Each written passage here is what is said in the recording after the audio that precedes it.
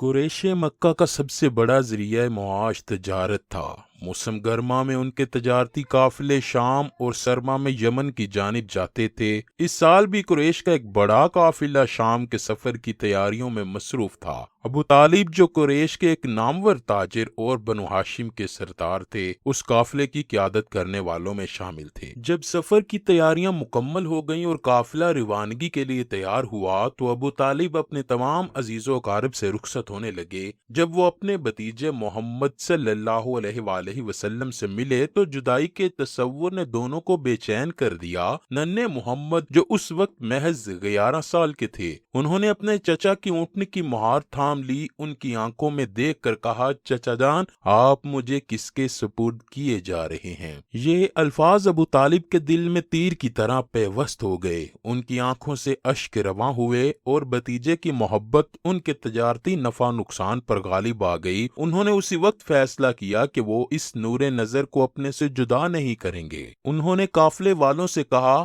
خدا کی قسم میں اسے اپنے ساتھ لے کر ہی جاؤں گا، ہم ایک لمحے کے لیے بھی ایک دوسرے سے جدا نہیں ہوں گے۔ اور یوں مستقبل کے پیغمبر نے اپنے شفیق چچا کے ہمراہ اپنی زندگی کے پہلے طویل اور اہم سفر کا آغاز کیا۔ یہ سفر تجارت کا نہ تھا بلکہ یہ تقدیر کے اس کھیل کا ایک اہم باب تھا جہاں آسمانی بشارتیں زمین پر اپنے ظہور کی منتظر تھیں۔ قافلہ مکہ کی سنگلاخ وادیوں سے نکلا اور صحرائے عرب کی بے کراں وسطوں میں داخل ہو گیا۔ دن کی تپتی دھوپ، رات کی ٹھٹھرتی سردی، ریت کے ٹیلے اور لک و دک صحرا، یہ سفر انتہائی کٹھن اور صبر آزما تھا، لیکن ابو طالب کی شفیق نگاہیں ہر دم اپنے بھتیجے کی حفاظت پر معمور تھیں۔ وہ دیکھتے ہیں کہ دوران سفر ایک عجیب و غریب واقعہ رونما ہو رہا ہے کہ جب سورج کی تپش ناقابل برداشت ہو جاتی ہے تو بادل کا ایک ٹکڑا محمد صلی اللہ علیہ وآلہ وسلم کے سر پر سایہ فگن ہو جاتا ہے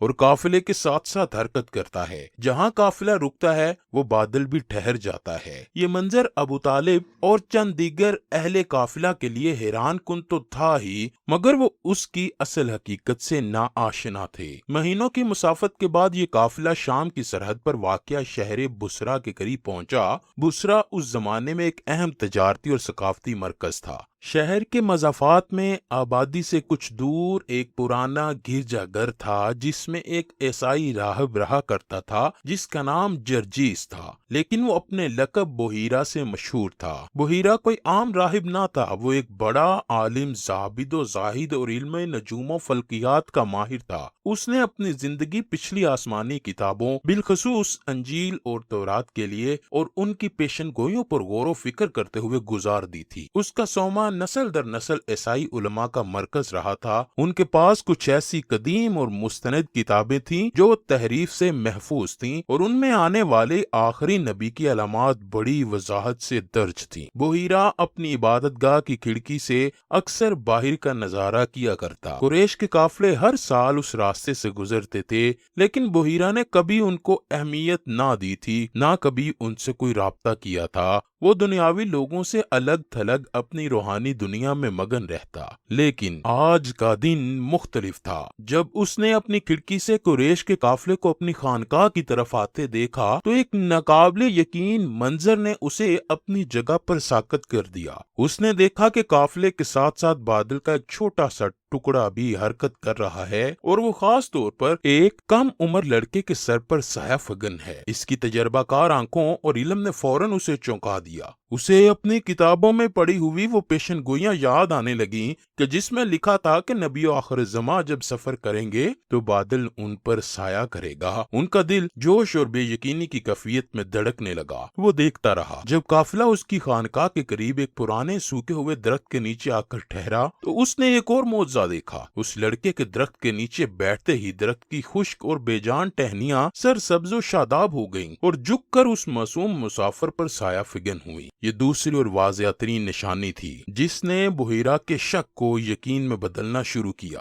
یہ وہی نشانیاں تھی جن کا ذکر اس کی مقدس کتابوں میں درج تھا اور جن کا وہ ایک عرصے سے منتظر تھا۔ ایک غیر معمولی دعوت۔ بحیرہ کی کیفیت متغیر ہو چکی تھی۔ وہ جو کبھی کسی قافلے کو خاطر میں نہ لاتا تھا آج خود ان کی میزبانی کے لیے بے چین تھا۔ وہ تیزی سے اپنے گرجے سے نیچے اترا اور اپنے خادموں کو حکم دیا کہ آج قافلے کے تمام لوگوں کے لیے بہترین کھانے کا اہتمام کیا جائے۔ اس نے قافلے والوں کی طرف ایک قاصد بھیجا اور یہ پیغام دیا، اے قریش کے لوگوں، میں نے آپ سب کے لیے کھانے کا اہتمام کیا ہے۔ میں چاہتا ہوں کہ آپ میں سے ہر کوئی، کیا چھوٹا کیا بڑا، کیا آزاد کیا غلام، اس دعوت میں شریک ہوں۔ قافلے والے یہ پیغام سن کر حیران رہ گئے۔ انہوں نے ایک دوسرے سے کہا، یہ عجیب بات ہے، ہم سالہ سال اس راستے سے گزر رہے ہیں، اس راہب نے کبھی ہماری طرف آنکھ اٹھا کر نہیں دیکھا، آج اسے کیا ہو گیا ہے کہ پورے قافلے کی دعوت کر رہا ہے؟ خیر، وہ تھکے ماندے اور بھوکے تو تھے ہی، اس لیے انہوں نے دعوت قبول کر لی۔ وہ سب اپنے اونٹوں اور سامان کی حفاظت کا ذمہ سب سے کم عمر ہونے کی وجہ سے محمد صلی اللہ علیہ وآلہ وسلم کو سونپ کر بحیرہ کی خانقاہ کی طرف چل پڑے۔ جب تمام اہل قافلہ بحیرہ کے پاس پہنچے تو اس نے ایک ایک چہرے کو بغور دیکھا۔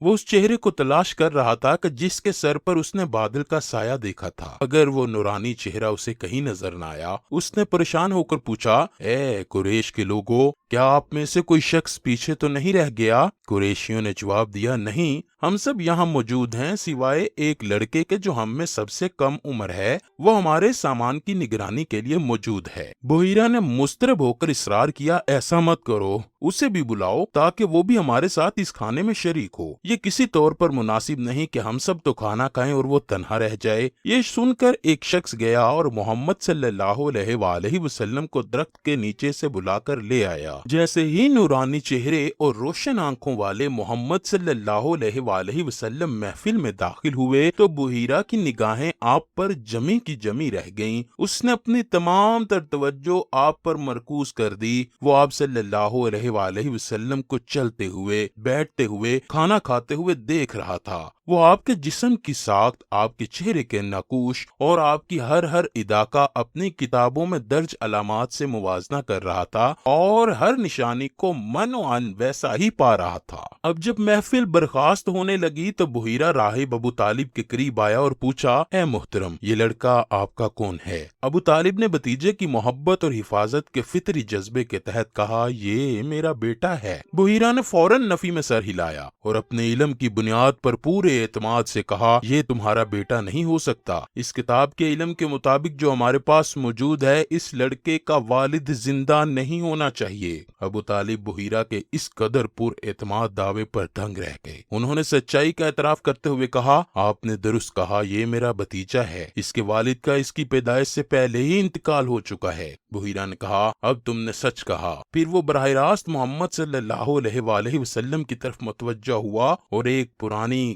قسم کا حوالہ دیتے ہوئے کہنے لگا، اے لڑکے، میں تمہیں لات اور عزا کی قسم دے کر کچھ سوالات پوچھنا چاہتا ہوں۔ یہ سنتے ہی آپ صلی اللہ علیہ وآلہ وسلم کی پیشانی پر ناگواری کے آثار نمودار ہوئے اور آپ صلی اللہ علیہ وآلہ وسلم جو اپنی عمر سے کہیں زیادہ پختگی اور نفرت سے جواب دیا، مجھ سے ان بتوں کے نام پر کچھ نہ پوچھو، خدا کی قسم مجھے دنیا میں کسی شے سے اتنی نفرت نہیں جتنی ان دونوں بتوں سے ہے۔ بحیرہ اب سمجھ گیا کہ یہ بچہ عام نہیں، اس نے اپنا طریقہ بدلا ہے اور کہا، اچھا تو پھر اللہ کی قسم کھا کر میرے سوالوں کا جواب دو۔ آپ صلی اللہ علیہ وآلہ وسلم نے فرمایا، پوچھئے جو پوچھنا چاہتے ہیں۔ اس کے بعد بحیرہ نے آپ صلی اللہ علیہ وآلہ وسلم کی نیند، آپ کے خواب، آپ کے معمولات، آپ کی دلچسپیوں کے بارے میں سوالات کیے۔ آپ صلی اللہ علیہ وآلہ وسلم جو اس وقت صرف 11 سال کے تھے، انہوں نے ہر سوال کا جواب نہایت متانت اور سچائی سے جواب دیا۔ آپ صلی اللہ علیہ وآلہ وسلم کے ہر جواب سے بحیرہ کا یقین اور بھی پختہ ہوتا چلا گیا،